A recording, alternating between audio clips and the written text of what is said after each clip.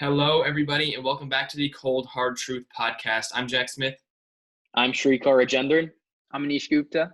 I'm DAK'S Cowboys. Yeah, so you want to tell them a little bit about your page?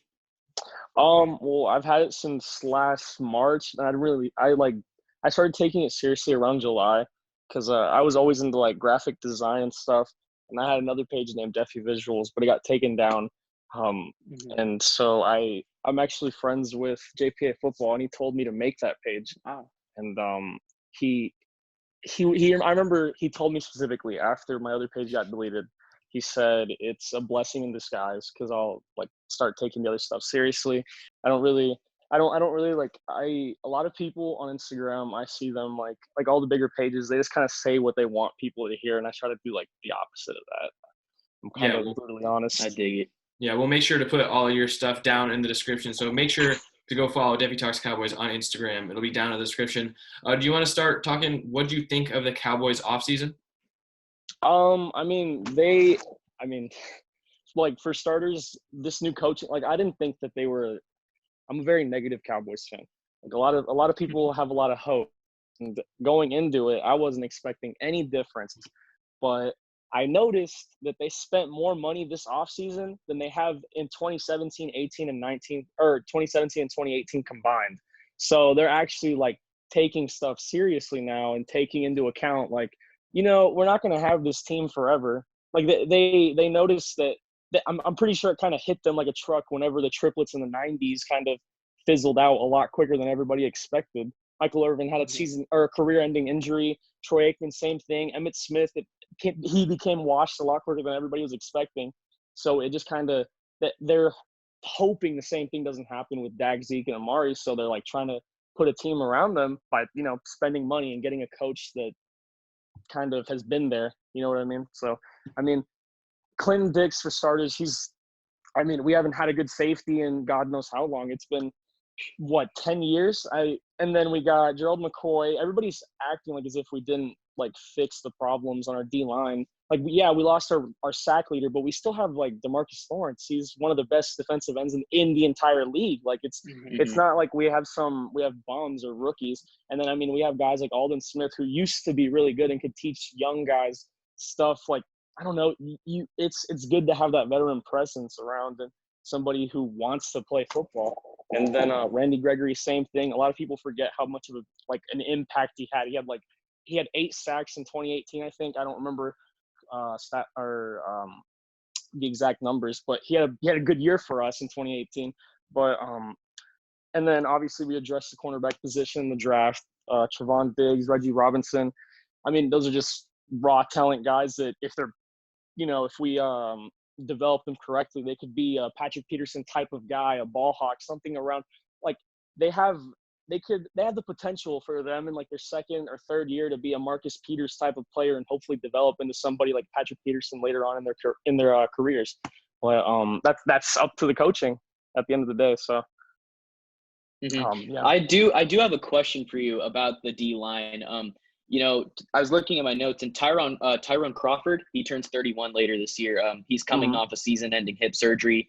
He has the 7th highest salary cap hit for 2020 on the Cowboys roster. And, he's never produced more than 5.5 sacks in any season. He counts for $9.1 million for the Cowboys cap. But if you cut him, that's $8 million of his base salary. That's all gone. And, of course, Dallas has invested so much in its defensive front. Granted, some of those are recent additions, Aldon Smith, Randy Gregory, they are or could be back from suspension. But, yeah, obviously they drafted Dorrance Armstrong, Joe Jackson, Bradley Anae over the last 3 years to join DeMarcus Lawrence. They also revamped defensive tackle by adding Gerald McCoy, Dontari Poe, Neville Gallimore. So what I'm trying to get at is would you rather keep Tyrone Crawford or would you cut him? A report came out a few weeks ago not a report, like he straight up said that he's willing to take a pay cut. And he's a good run stopper. And if he can somehow make it past like preseason, then I don't see why not. He's a good locker room guy. Everyone loves him.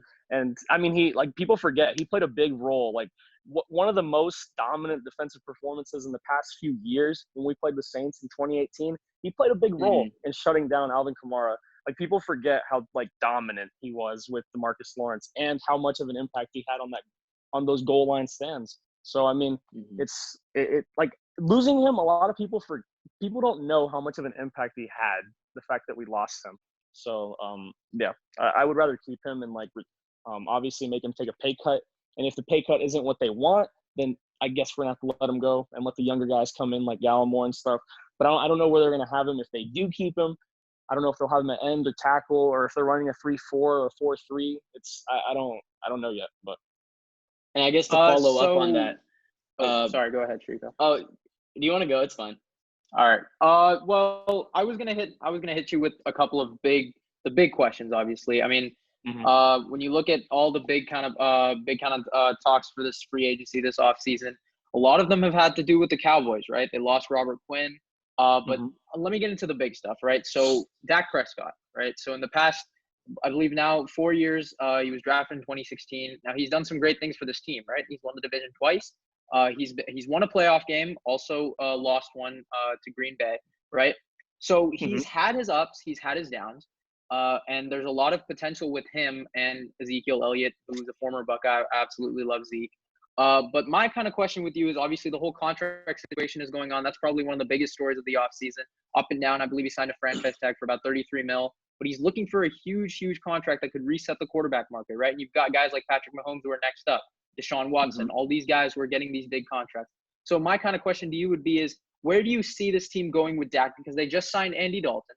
And I'm a believer in Andy Dalton. I think he's a serviceable starter. He didn't get the right coaching in Cincinnati. Marvin Lewis kind of derailed him, but he has 5 playoff appearances. He has a decent record, right? He's all-time Bengals touchdown passer. So what are your thoughts on the whole Dak situation? Do you think they should give him that money? Or do you think they should roll with Dalton with all these new weapons? And then kind of off of that, what were your thoughts on drafting CeeDee Lamb? So if you want to go with the Dak question first, and then what are your thoughts on drafting CeeDee Lamb? Okay, I'll go with the Dak thing first. A lot of people, I know I said earlier that I'm very negative, but Dak, I've always believed in Dak Prescott. That's one thing that I'm gonna make that very clear. I've always been on his side ever since the 2017 issues. I was on his side. Even at the beginning of 2018, I said I had a post and I said it was Jerry Jones saying he's looking to extend Dak Prescott after the 2018 season. Even after we had gotten blown out by the Titans on Monday Night Football, he said that. And I still made a post and I was like, you know what? He's the only guy that cares anymore. Like, I don't, like, if he cares, I want him on my team. And he's one of those dudes that still cares and he still tries. And I mean, people in 2017, people always said that Carson Wentz was so much better. And I kind of had to swallow it because, yeah, at the time he was, but I knew the entire time what Dak could be, but was he ever going to get there? I had no idea, especially with Jason Garrett coaching him. So, I mean, and he still meant, like, all it took was one wide receiver. I mean, they took a wide receiver in the 3rd round. Like, if Mike McCarthy was here, we would have drafted DJ Moore. Like, they refused to get him help, and then they wondered why our offense was ranked 24th in the red zone in 2018. Like, they didn't want to help him. So then they gave up a first for Amari Cooper because the Eagles were in on that too, and they wanted to give up a second, but then the Eagles offered a second, so they offered a first to make sure that they could get him. And then originally it was called, oh my God, they got robbed and blah, blah, blah. And then Amari Cooper suddenly goes off. And then all of a sudden it's all Amari Cooper. A lot of people forget that in 2017, only one guy on the receiving corps has a job right now, and that's Cole Beasley. Where's Des Bryant? Where's Terrence Williams? Where's Bryce Butler?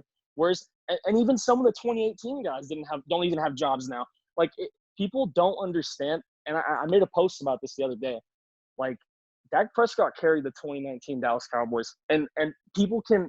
I know that might sound crazy, but when you watch the games where he wasn't dropping 400 yards and 4 touchdowns and no interceptions, we were getting blown out. Like, you can't rely on a quarterback to do that every week when you have guys like Ezekiel Elliott, and then you have guys like Ezekiel Elliott and that entire offensive line that you paid them, and then they're getting shut. And then Ezekiel Elliott's getting shut down against teams like the Vikings and the Saints, and even the Patriots.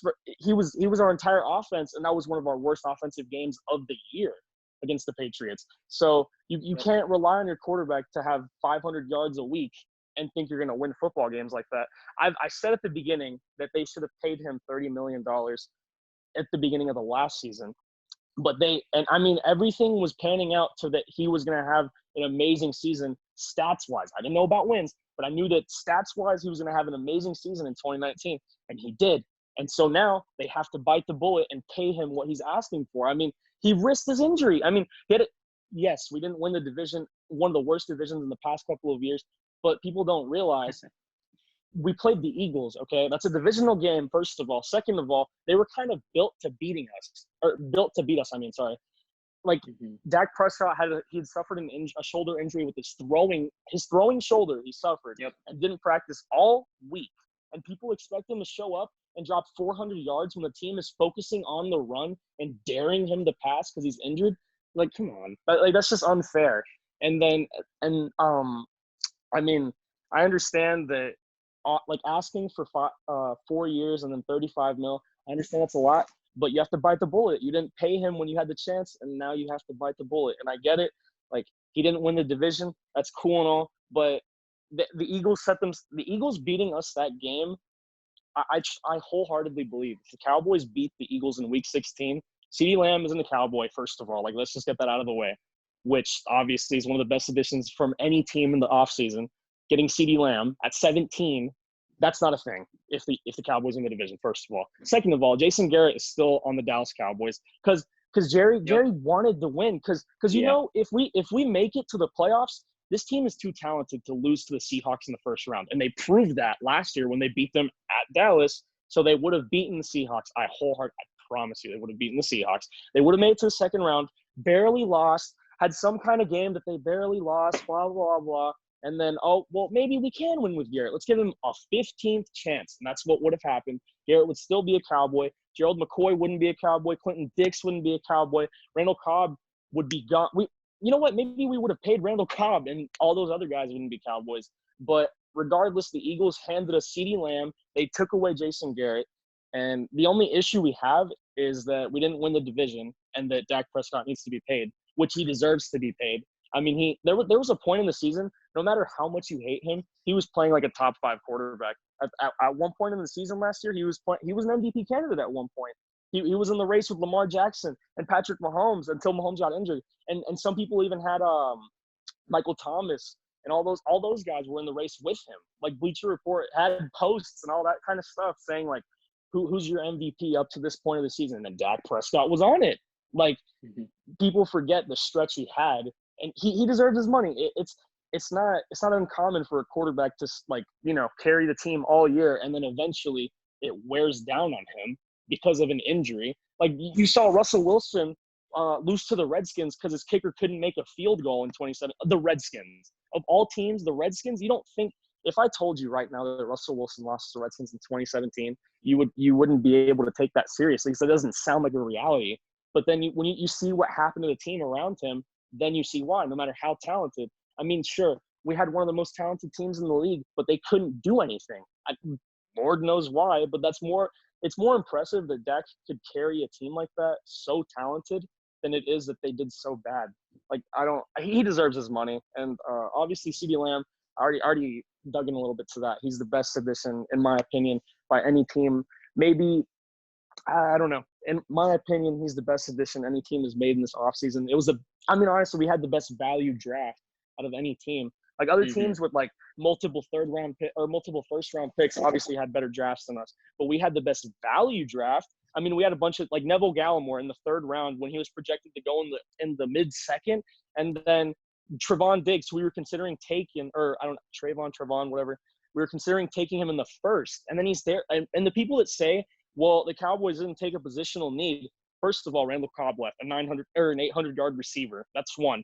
Two, like, we didn't have – what do you want us to do? You want us to pass on CeeDee Lamb and take Trevon Diggs, who was going to be there in the second? Oh, well, then take Christian Fulton, who was there in the third. Like, what? I don't understand the logic behind that.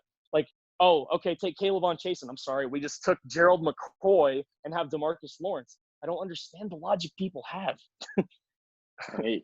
Yeah, you bring up a lot of good points there. Yep. Yeah, the episode that we talked about who had the best draft, I picked the Cowboys because in my mock draft I had CeeDee Lamb, Trevon Diggs, and Neville Gallimore all going in the first. Gallimore was kind of a stretch for the first, but the fact that they were able to get all three of those guys with only one pick in the top 3 rounds, that was ridiculous to me. So I thought that – I know Anish kind of disagrees. I thought the CeeDee Lamb pick was maybe the best pick in the draft. It was close. And I think that receiver Probably was a bigger to be need. honest. I mean, receiver One was of a the bigger best, I'll need give for you the that, but- Cowboys than people thought.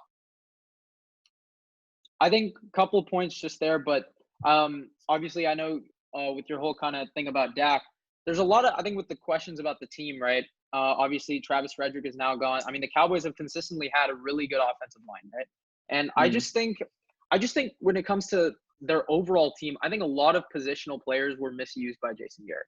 I think Byron Jones was played too much man-to-man. I think he needed to kind of express himself more as a zone corner, right? Because I mean, everyone was like, "Oh, he can't get interceptions." Well, he wasn't given as much of an opportunity to play zone coverage versus man-to-man, right? So that was one thing I had with Byron Jones. Obviously, he's gone now, so hopefully McCarthy. I'm blanking on their defensive coordinator, but hopefully they can kind of help Trevon Diggs become kind of a hybrid corner in both man and zone. Especially with Ezekiel Elliott, though, I think he was misused a lot. Because outside of his rookie year, right, and even I know he had the 6-game suspension, but in his sophomore year as well, he was getting like workhorse numbers. I mean, this dude led the league in rushing his first year, right? Second year, I believe he almost had 1,000 yards in 10 games. So that's really, really good in my book, right? So I think they kind of stirred away from that. And I think when it comes to the Cowboys, what really worked for them when they went 11-1 in 2016 was I think the run game opened up the passing game, right? Which allowed, Dak to kind of thrive off of that. But then, like you kind of mentioned, this year they became too reliant on Dak Prescott. I think Dak Prescott had to make a lot of plays that he shouldn't have had to make, right? With these Cowboys. And I think and then also with me, I think with Amari Cooper, the game against the Patriots, I know it was against Stephon Gilmore, but it was concerning. Like some games on the road, I just didn't get the Amari Cooper that I was looking for, right? Like for the Cowboys, at least, I just didn't see that.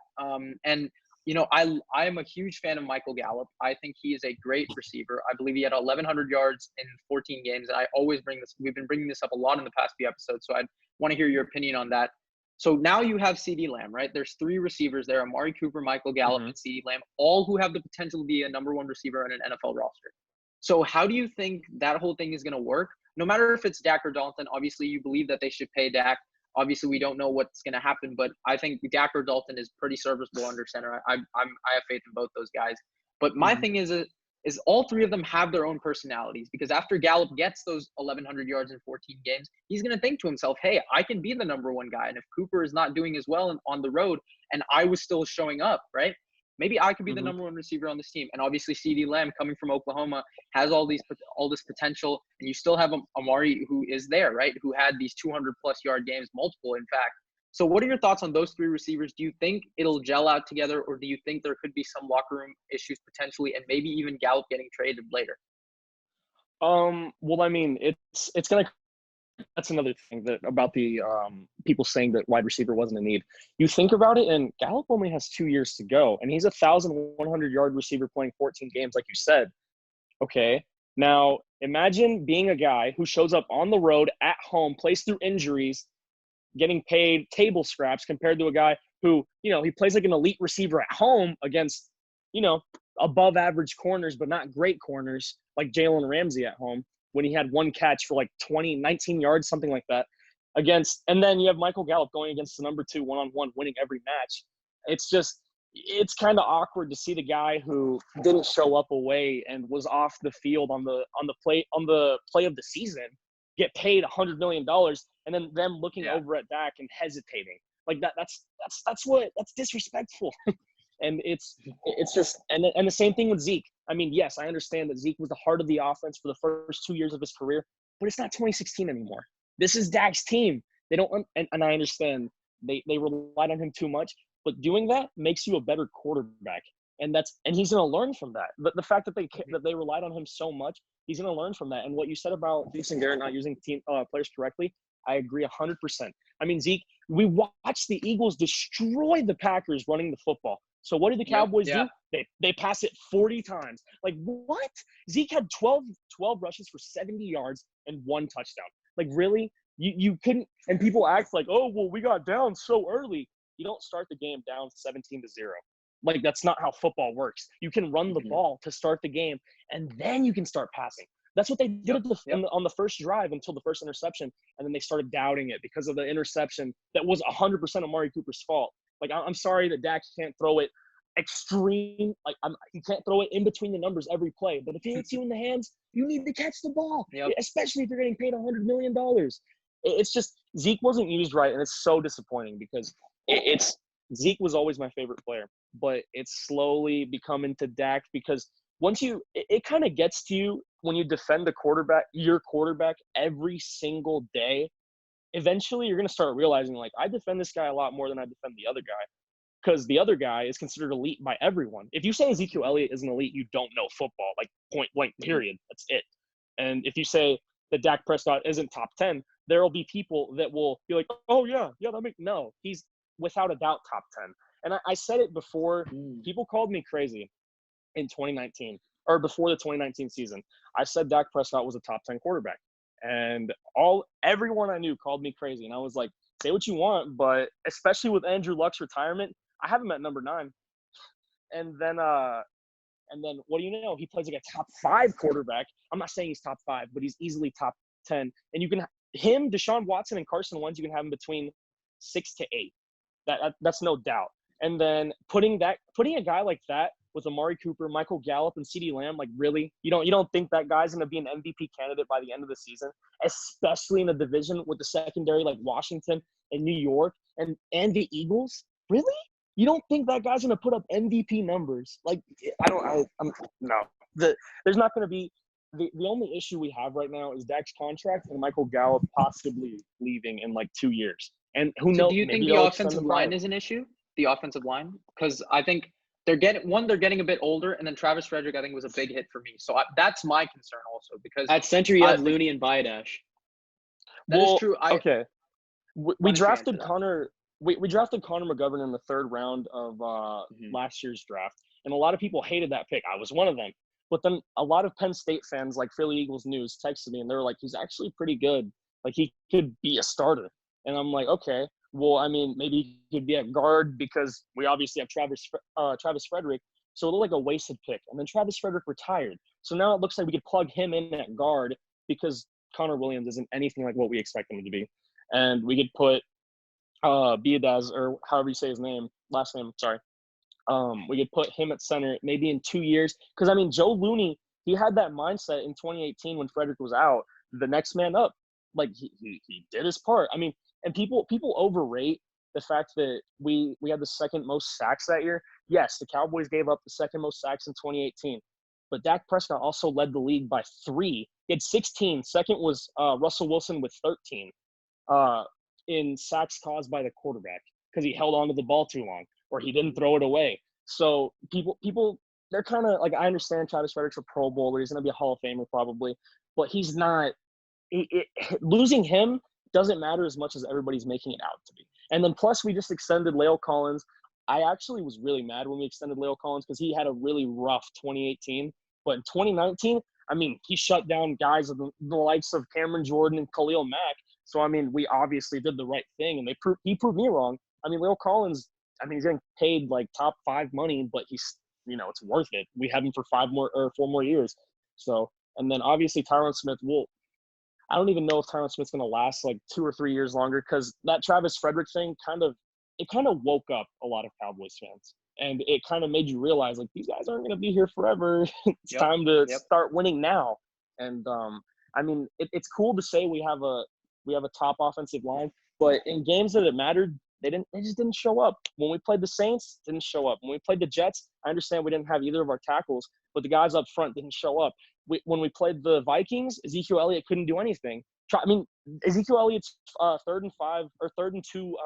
We ran the ball on 3rd and 2, and he got stuffed. It was 100% Travis Frederick's fault. He completely missed the defensive tackle, and he got right through.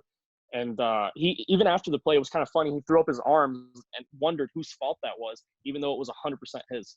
So, and then it's just kind of, I don't know if we're going to be able to replace a guy like Travis Frederick, but he definitely, it's not going to have as big of an impact as everybody's acting like this. Because, I mean, at the same time, Dak I don't remember the exact number, but he was top 5. I think he was number 3 He was top 5 in completions under pressure, completion rate under pressure, or like accurate throws under pressure. So it's not he's used to it because of 2018. And I mean, I think we'll be fine with having Joe Looney, who's a next man up type of guy, who started a couple of games last season after Connor Williams went down. So we'll just have to see what happens. Yeah, kind of another position group I wanted to touch on. Yes, they drafted Trevon Diggs, but is there enough in the secondary for this Cowboys team to compete this year? Do you think? That's a really rough question because one of you, I don't remember which one of you exactly, you guys mentioned how Jason Garrett misused Byron Jones. And yes, Jason Garrett misused Byron Jones a lot because last year with Chris Richard, we ran a half man, half zone. And basically that put Byron Jones on the right side 100% of the time, no matter if he was guarding the team's fullback or if he was guarding Michael Thomas. And then on the left side, we had Chidobe Awuzie, a third-year corner who I've been defending. He's like my Dak Prescott, but on defense. I've been defending him since the start of 2019 because everybody you see him give up these catches on third and short, third and long, but you don't realize like these guys are making him play off 10 yards because they don't have safety help. If you press Stephon Diggs with no safety help, you're asking to give up a 70-yard touchdown. So giving a Pro Bowl corner like Byron Jones safety help and then not giving a young corner like Chidobe Awuzie safety help and putting him on an island against the number 1 guy, like, what do you expect? If Chidobe Awuzie does what I expect him to do, I think we'll be perfectly fine with having Trevon Diggs maybe sit the first couple of weeks and then come in. And then plus the addition of Daryl Worley is going to help a little bit maybe. I mean, he's only 24, but I don't know if he's going to be that good for us. I mean, he had a pretty bad season last year. He gave up 900, or I think he gave up 1,000 yards. And a lot of people were calling for Logan Ryan, but Logan Ryan also gave up 1,000 yards in coverage. I mean, people see the pretty stats like, oh, he had like 5 sacks and a few interceptions. Yeah, but he gave up 1,000 yards. So like, it's hard to tell if Trevon Diggs will come in and have that Richard Sherman type of impact, because Richard Sherman had the same type of thing that Diggs did. I mean, he was a receiver and then he switched to corner and then he was that raw talent, except Diggs was so good in college that he went in the second. And the Cowboys obviously wanted him in the first, but he felt he was in the second. Mm-hmm. So, I mean, it's kind of – I could see him starting like maybe week 7, week 8, week 9, around there, but he's not going to be the starting cornerback week 1. We're probably going to roll out with Anthony Brown, Chidobe Awuzie, and maybe Daryl Worley. I'm not sure though. I'm not 100% sure. Of course, and also you have at nickel, you got Jordan Lewis and Anthony Brown, and I think those guys are fighting for the nickel spot. Who do you think deserves it out of those two? Who do you like more? Who I think deserves it is Anthony Brown, and who I like more is Anthony Brown. I mean, a lot of people look at Jordan Lewis and they see, oh, he had 2 interceptions. He's a ball hawk. Not how it works at all. Mm-hmm. He got toasted by Julian Edelman. He got toasted by Cole Beasley. He got toasted by Taylor Gabriel. Like, you can't look at a guy and sees – I understand we're desperate for turnovers, but when you look at a guy and see him get 2 – it's not even like he's getting 5. He's getting 2, and people are acting like he's the next coming of, like, Jesus. Like, he's not – like, I don't understand why – like, I had a Cowboys fan tell me I'm not going to say any names, but he's a well-known Cowboys page, and he said that Jordan Lewis was better than Chidobe Awuzie, and that he's going to be better than Byron Jones because he gets interceptions. Like, does that make any sense to you guys? Like, I'm not crazy, am I? No, it's more than just picks. It's a lot more than just picks for me, especially. I think passes defended definitely takes into account opposing catch percentage. I think it goes into deeper analytics for corners. I think especially with them defensive backs and receivers. I think you got to look at deeper stats because I mean you can just look at receptions or you can just look at picks made. I mean it's a lot more than that. So yeah, you bring up a good point there. You can't even bring up picks when they only have 2. Yeah. Exactly. They're acting like it's like he's dropping 7 picks a year. Like seriously. But I have a lot of faith in Anthony Brown. I mean, when he went, that's another guy that was underrated. Anthony Brown and Tyrone Crawford going down were a lot bigger of impacts than people realize. Like our run defense was already terrible, and then losing Crawford, that's you're asking to get burnt. And then our obviously same thing with our secondary, terrible. but losing your starting slot, you're asking to get burned. Because a lot of people have this thing for Jordan Lewis because he turns his head, and none of our other corners do. So that apparently makes him, better than Byron Jones, I guess. But maybe he gets him 2 picks. Yeah, 2 picks a year. I mean, the interceptions are so overrated because when you think about it, what cornerback in the NFL consistently gets interceptions in important parts of the game? None. Very few. I can't name that a lot. I can't name it. Yeah. Maybe Jalen Ramsey. I mean, he did it against the Niners. He did it against the Bills in the playoffs. Jalen Ramsey's the closest thing at Deion Sanders and Jalen Ramsey are the closest things that I can think of. Maybe Richard Sherman in his prime, Patrick Peterson in his prime, but those are like once in a lifetime guys. If you get picks, it's usually in garbage time. Like Chidobe Awuzie got an important interception against the Saints on Sunday Night Football when on the first drive of the game, and we didn't score. But I mean, you see the best corners rarely get thrown at, so they don't have a whole ton of opportunity to get interceptions. Exactly. So you got to look at way more than picks. And then you previously mentioned safety help. There's been rumors that the Cowboys might try and trade for Jamal Adams. What is your opinion on that situation? Yep. Yeah. I mean, I had a thing for it when before the draft. I was like, there's not going to be anybody there worth the 17th overall pick. Like I had a thing for Caleb Chasen. I loved Caleb Chasen coming out. But Caleb Chasen isn't a guy you get with the 17th overall pick. He's somebody you trade back for, and then if he's there, you take him. But then seeing CeeDee Lamb fall, that made me realize anything is possible in the draft, and trading. I was a little crazy before the season. I was in the win now mode. So whenever they were talking about trading for Jamal Adams, I was like, who cares if they want our first and our second and all that?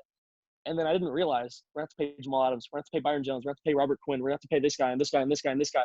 I'm like, oh my God. So having all these picks is actually a lot more useful than I don't know. I kind of blinded myself because seeing Jamal Adams in a Cowboys uniform would be amazing, but you have to keep your picks. And then plus, we'll be fine with Xavier Woods and HaHa Clinton-Dix. I trust both of those guys. They're both pretty good coverage guys. I mean, you could honestly put Xavier Woods in the slot and he would do fine.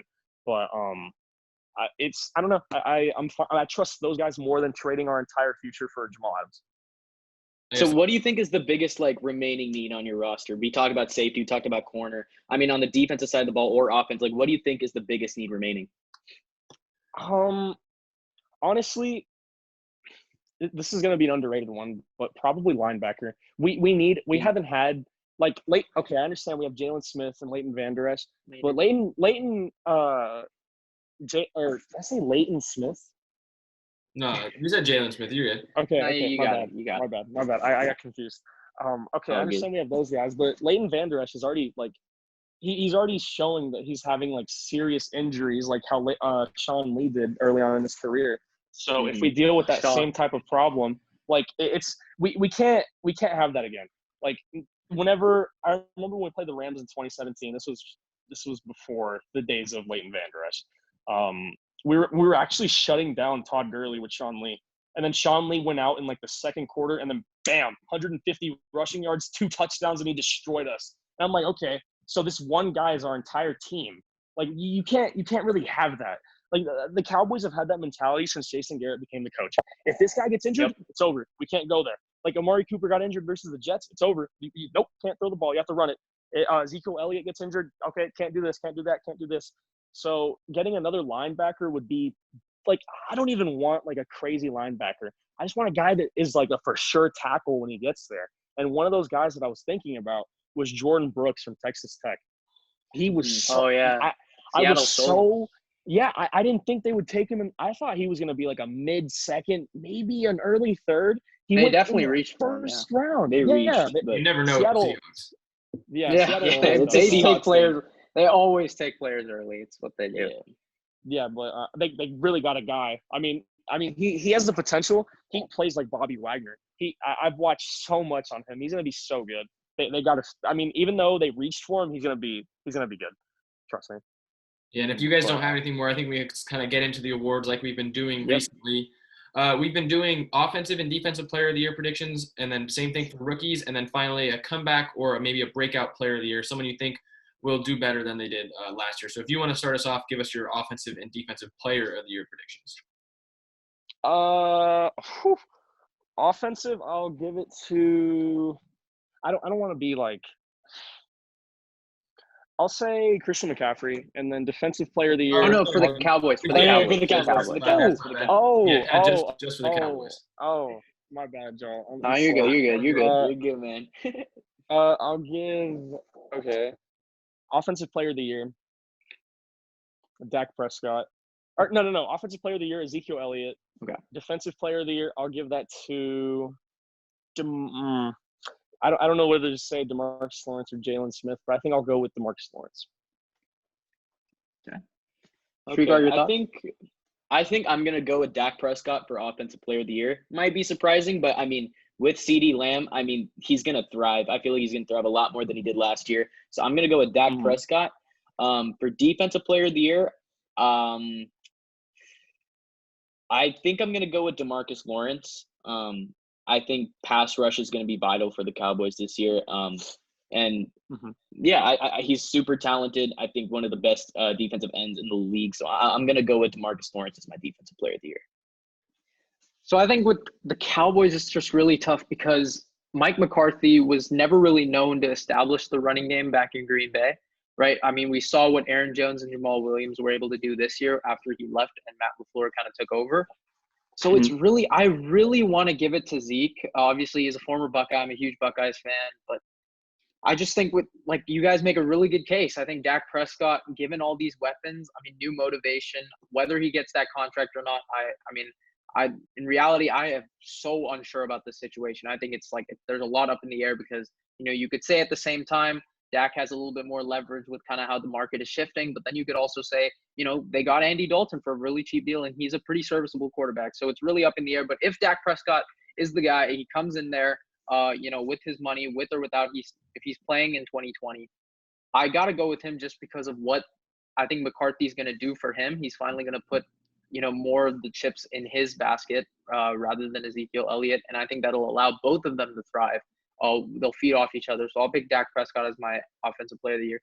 Defensive player of the year is really, really tough for me because I want to go with Tank Lawrence, but he's just, last season, I think there was a lot of inconsistencies there. I'm going to go with Leighton Vander Esch. I think he can easily amass 100 tackles. I think he can become a Pro Bowl linebacker. Jalen Smith will only allow him to they'll only feed off each other, kind of similar to what I was saying about Dak and Zeke. So I'm going to go with Leighton Vander Esch. I know it's kind of a bold pick, but I can easily see him becoming a Pro Bowl linebacker. Dang, and he really stole my bold pick there. I thought I was going to be the only one saying Vander Esch, but we'll start with him. I agree. I think he's going to be the defensive player of the year for the Cowboys. I personally think he's better than Jalen Smith. I think Jalen Smith is a little bit overrated, but I think that Vander Esch can have a Pro Bowl and maybe an All-Pro season if he can stay on the field. So he's gonna be my defensive player of the year pick.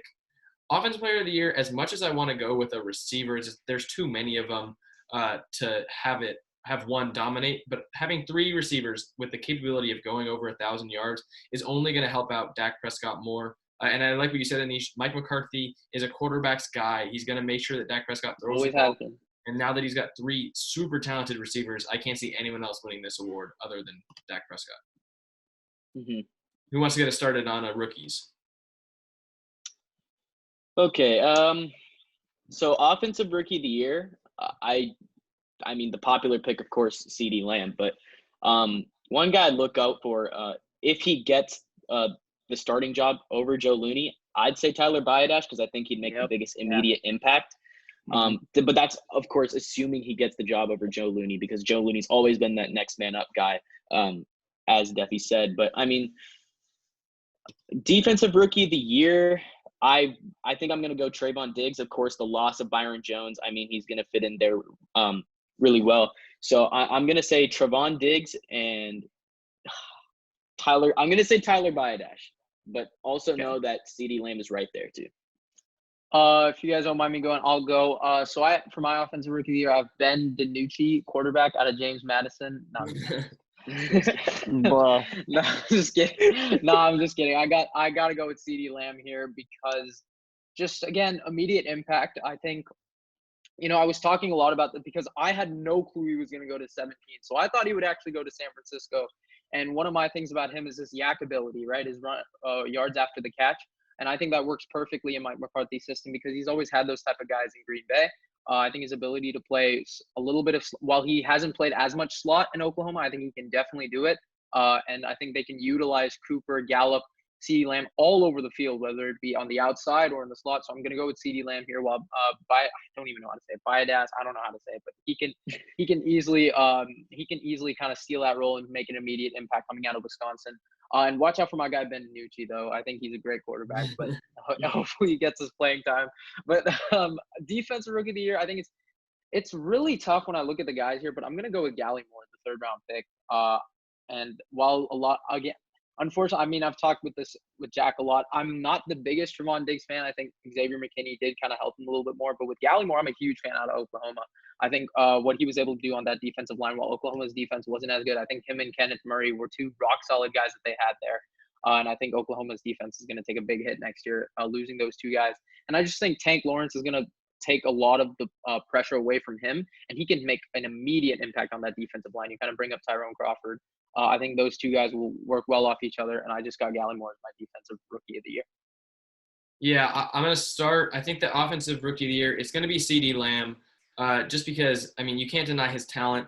Could easily be a top 5 player in this class, and they got him at 17, which I already noticed as a steal. But I think that with attention going to Gallup and Cooper, I mean, the teams on defense really aren't going to know where to look with this Cowboys team. So he's going to get the numbers that you expect from CeeDee Lamb. Maybe not as much as being on a different team where he could star or shine as a number 1. But I think that he's the easy pick for offensive rookie of the year.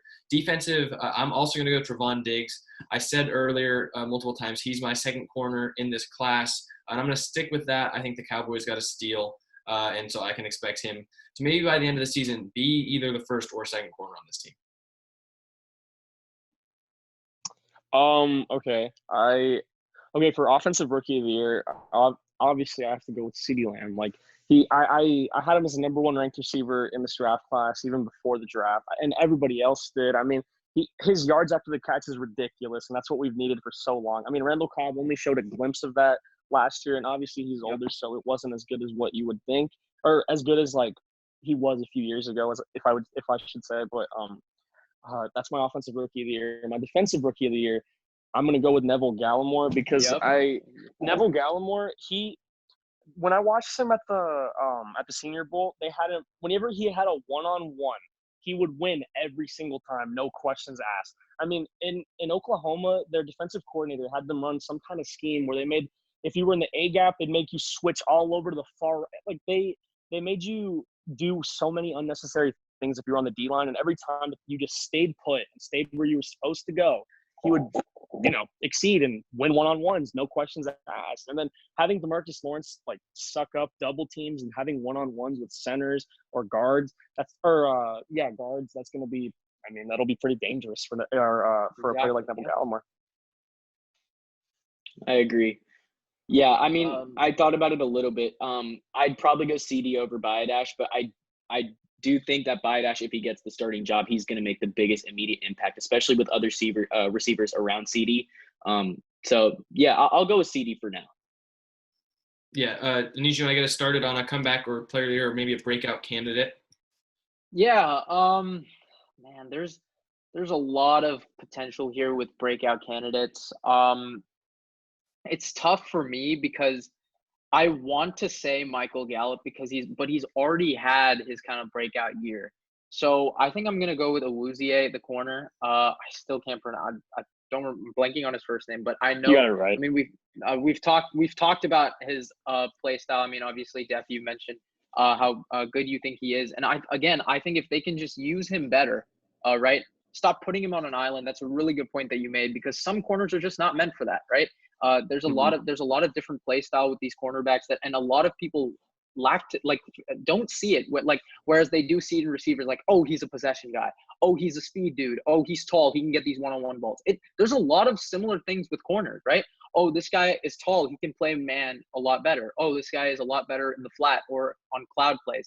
good in disguising coverages. There's a lot of things that people tend to overlook, and I think Awuzie is one of those guys that can easily develop in both good in man coverage, good in zone. I think he has the potential to kind of play great with with spies, good coming off blitzes. I think he's one of those guys that you can definitely utilize like that. So I think he gets my most improved player vote.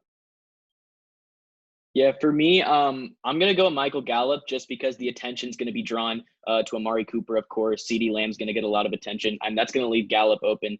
I think he's really – a lot of people would beg to differ, but I think he's going to actually thrive with having two other star receivers there. Love Michael. So I'm gonna go with Gallup. Jack, what are your picks? Yeah, I'll go next. I'm actually going to go on the offensive line. I'm going to go with Tyron Smith. A year where he was injured, didn't play up to, I think, his talent. I think he's going to return this year to being one of the best tackles in the NFL again. I know I'm biased. He did go to USC, but he's a stud left tackle. I think that last year was a down year, and he's going to prove he's still one of the top tackles in the NFL. Okay. I'm definitely gonna go with Chidobe Awuzie. I mean, I've been defending him this entire offseason. Like, there's no way he doesn't have some sort of breakout type year. And I mean, we watched him. Can you also hear me? My thing kind of messed up a little bit. Yeah, we can hear you. You're good. Oh, okay. I was thinking something. My bad, Joe. We watched him every time he went up against guys his size, like J.J. Arcega-Whiteside, Robert Woods, Brandon Cooks, dudes that are basically smaller or his size. He shut them down. Like, it wasn't close. But whenever he went against guys like Michael Thomas or Julio Jones, then that's when you started seeing the problems. And even Stephon Diggs. I mean, Stephon Diggs had one miracle catch and one third down catch on one third down slant on Chidobe Awuzie. But that's about it. Like, Chidobe Awuzie did his part against a guy like Stephon Diggs. And then obviously they put him up against Kyle Rudolph in the red zone, and he got his 2-point conversion Moss. But that's what happens when you put a guy of Chidobe Awuzie's size on someone like Kyle Rudolph. And then even in 2018, Awuzie, I mean, they had no fear to put a second-year corner on Julio Jones with the game on the line. They put him against Julio Jones, and he had amazing coverage. But Julio is going to be Julio, and Julio mossed him. Like, it's you can't put a guy of Cheeto's size on somebody like Julio Jones and expect to have success. Yeah. Do you also want to start us kind of round up the episode, talk about your record predictions for the Cowboys this year? You can give a floor and a ceiling, and then maybe a realistic pick. Okay. My floor is 8-8. I know this team too well for them to not somehow because that's very realistic because I've been a fan of this team my entire life. I get 100% seeing them doing that to us, but their ceiling is 13-3. That, like, I can see them every tough team we play. I can see them beating the Niners. I can see them beating the Ravens. I can see them beating the Rams. I can see them beating Seattle. But are they going to beat every team? Obviously not.